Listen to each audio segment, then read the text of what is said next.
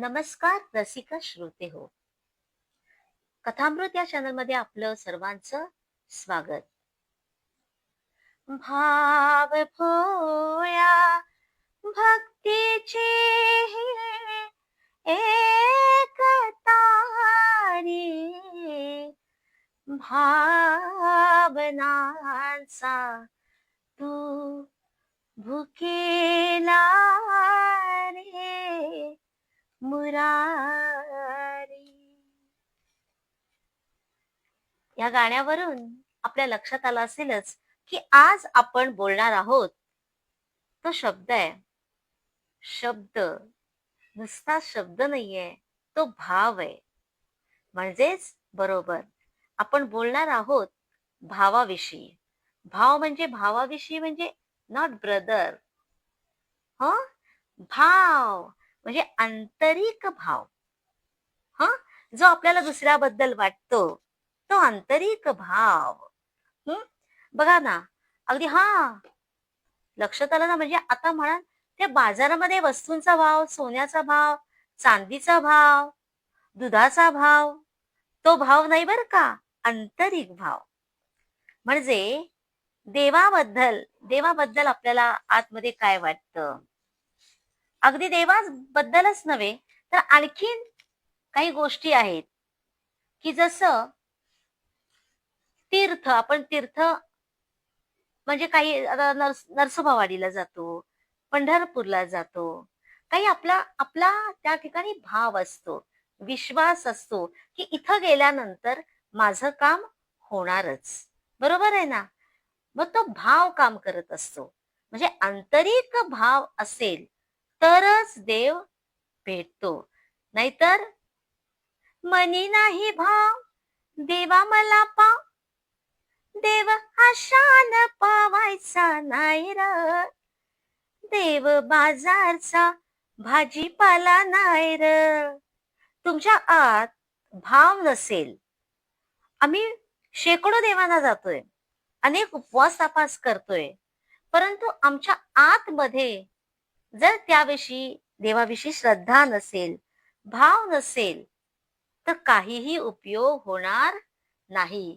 कारण देवाच्या ठिकाणी भाव असेल तरच देव भेटत असतो.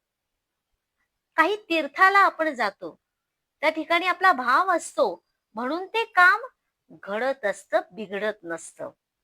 मनापासून आपण तिथं जात असतो. काही मंत्र जे असतात ते आपण मनापासून घेतो बघा, बोलत असतो, म्हणत असतो. मंत्र माझ्या आईनं मला हा सांगितलाय, श्रद्धा आहे आईवर. हा माझ्या आजीनं सांगितलाय, श्रद्धा आहे त्या मंत्रावर. हा माझा गुरूंचा मंत्र आहे, गुरूंनी मला दिलाय. गुरूंच्यावर भाव आहे, श्रद्धा आहे, म्हणून तो मंत्र आहे, तो काम करत असतो. एखाद्या ज्योतिषाकडं आपण जातो, काही प्रॉब्लेम असतो, मग पत्रिका घेऊन जातो. मग ते सांगतात आपल्याला की काही एक 16 सोमवारचं व्रत करा किंवा 11 मंगळवार करा.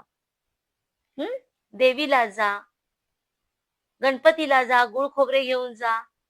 पण त्या ज्योतिषी जे आपल्याला सांगतात तोडगा, त्यांच्यावर आपली श्रद्धा असेल, भाव असेल, तरच आपला प्रॉब्लेम सॉल्व्ह होतो. नाहीतर होत नाही. अगदी डॉक्टरांच्याकडे पण बघा ना. आपण समजा दुसऱ्या गावाला गेलेलो असतो आणि तिथं जर का आपली तब्येत बिघडली, तर आपण म्हणतो चला बाबा माझ्या माझ्या गावाला जाते. कारण आमचे डॉक्टर ठरलेले आहेत. त्यांचाच हातगुण मला येतो. त्यांनीच दिलेल्या औषधानं मी लवकर बरा होतो. आणि मी माझ्या गावाला जातो किंवा जाते. म्हणजेच त्या डॉक्टरांच्यावर आपली श्रद्धा असते, आपला भाव असतो आणि तो भाव काम करत असतो. आपले गुरु, श्रद्धेनं आपण ज्यांना गुरु करतो त्यांच्यावर पूर्ण विश्वास टाकला पाहिजे आणि तो असतो. म्हणून बघा, आपण गुरुनी सांगितलेली माळ, ज्या नामाची माळ सांगितलेली आहे, जो मंत्र सांगितलेला आहे, तो श्रद्धेने घेतो. म्हणून तोच विश्वास, तोच भाव काम करत असतो. हा भाव म्हणजे नेमकं काय? तर भाव म्हणजे चित्ताची एकाग्रता. वर्म ते एक आहे दृढ धरावा भाव. वर्म चुकल्यास साध्य मात्र काहीही होत नाही. म्हणून बघा, न काष्ठे विद्यते देवो न पाषाणे न मृण्मये भावेही विद्यते देवो तस्मात भावोही कारणम. खरं म्हणजे आपण मंदिरात जातो, मंदिरातली मूर्ती काही ठिकाणी लाकडाची असते, काही ठिकाणी दगडाची असते, काही ठिकाणी मातीची असते. मग तरी देखील आपण श्रद्धेने जातोच. बरोबर आहे ना? म्हणजे काष्ठात, पाषाणात, मातीत देव नाही. तो आहे तर तुमच्या भावातच आहे. तुमचा जो भाव आहे, तुमची जी श्रद्धा आहे, ती श्रद्धा काम करत असते. म्हणून भाव हा फार विशेष. बघा, अगदी 5 प्रकारचे भाव सांगितलेले आहेत. शांत भाव, दास्य भाव, सख्य भाव, वात्सल्य भाव, माधुर्य भाव, असे भाव आहेत. म्हणजे बघा, देव आपला राजा, आपण त्याची प्रजा, हा शांत भाव आहे. दास्य भाव म्हणजे देव आपला मालक आहे आणि आपण त्याचे सेवक आहोत. जसं जो आपल्याला रामायणामध्ये बघायला मिळाला दास्य भाव, नाही का? सख्य भाव म्हणजे देव आपला मित्र, अर्जुन आणि श्रीकृष्ण महाभारतामध्ये आपल्याला बघायला मिळाले.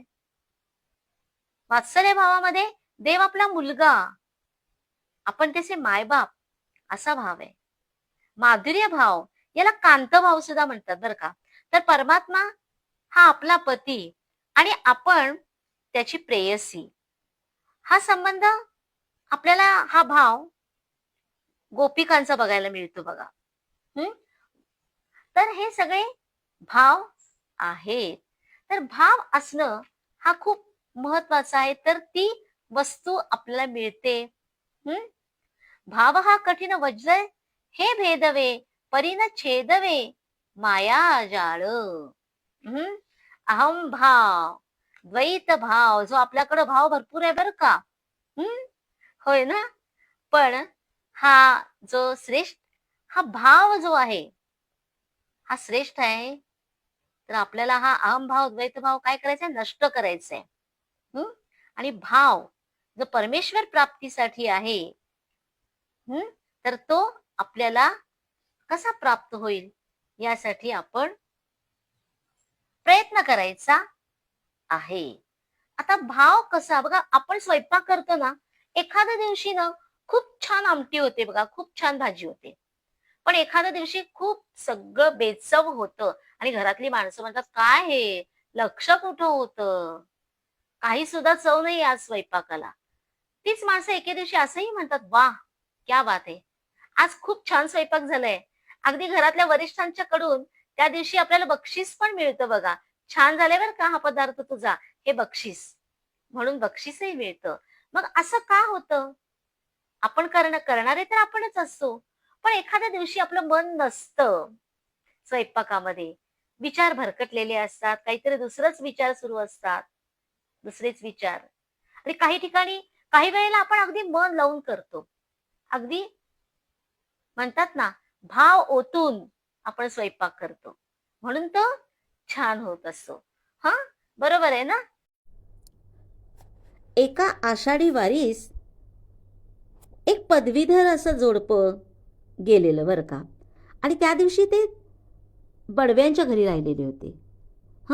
आणि द्वादशी असल्यामुळे तिथली प्रथाच अशी आहे की पुरणपोळी प्रत्येकाला द्यायची. आणि मग बडव्यांनी, त्या बाईंनी काय केलं, त्या विधवा बाई होत्या बडव्यांच्या, तर त्यांनी दोघांना एक एक पुरणपोळी दिली. त्यापैकी या नवऱ्याला पुरणपोळी फार आवडली आणि आपल्या बायकोला सांगितलं, आपल्या पत्नीला, की अगं किती सुंदर पुरणपोळी केली आहे बघ या बाईंनी, तर त्यांच्याकडनं शिकून घे तू पुरणपोळी कशी करायची. तिनं लगेच वही घेतली, पेन घेतलं आणि त्या विधवा बडबीणबाई होत्या ना, त्यांच्याकडनं सगळी माहिती लिहून काढली. किती कणिक घ्यायची, किती गूळ घ्यायचा, किती हरभऱ्याची डाळ घ्यायची, सगळं काही लिहून घेतलं व्यवस्थित. पुरणामध्ये वेलदोड्याची पूड घालायची, वेलदोडा घालायचा, जायफळ कसं घालायचं, सगळं सगळं सगळं अगदी डिटेलमध्ये खूप छान सगळं लिहून घेतलं. आणि पण झालं काय की कणिक आणि पुरण कसं वापरायचं हे लिहिलं नाही.